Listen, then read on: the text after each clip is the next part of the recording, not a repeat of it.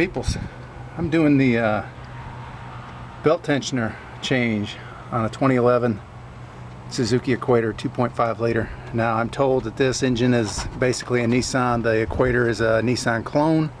However, learn from my mistakes, please. And pardon the noise in the background. I want to get this job done. I'm right in the middle of it, and I can't wait for these guys to finish whatever they're doing. You'll hear them here in a moment. Learn from my mistakes. This thing is, when it's, I've got this partly disassembled, but when it's all together, it's hard to see which version of the tensioner that you've got. Don't make the mistake I did. It was late at night. I looked up and found out that the tensioner for mine was supposedly this one here. And I ordered it, 28 bucks free shipping. It showed up and I found out it was the wrong one. Totally my mistake. Full disclosure, I'll take the blame for that. Went and found this one here.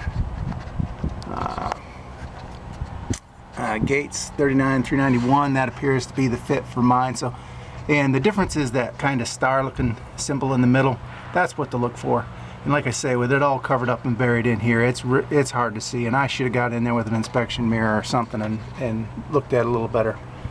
I was just flying by the seat of my pants and it bit me this time. What I did find out is that you're going to have to take the bolts, the mounting bolts, out of the power steering pump to get access to the tensioner assembly. Basically what happens is that tensioner assembly is like a hanging bracket for the alternator and the power steering pump. So you're going to have to loosen those other two in order to get at it. And taking the power steering pump off there isn't going to give you anything other than a little bit of room to get in there and see, which is very valuable. You can move it 1.5 inches or so in each direction, and that at least gets your eyes in there to where you can see what you're doing and you won't bung something up in the process. The alternator, I just supported it there on that block, or that board there. But it pivots on the bottom bolt here. I'm trying to show you where that's at. And it pivots outward to give you some room. That was kind of hard. I mean, it was pinched in there pretty hard. Let's see if I could show you where that... Okay. This guy right here is the wide piece. I'll show you.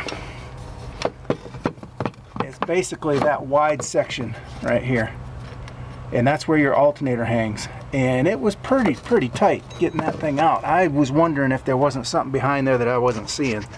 But as it stands right now, with the power steering pump off and the alternator off, everything's fine and dandy. You can get in there. Everything 14 millimeter, which is the power steering pump and the alternator, needed tons of torque to break them free. The 12 millimeter bolts on the tensioner itself, not too bad. But what I used, and I highly recommend, where is it? Right here. This is about a 18-inch or 20-inch 3/8 drive breaker bar. That will save you a lot of headaches.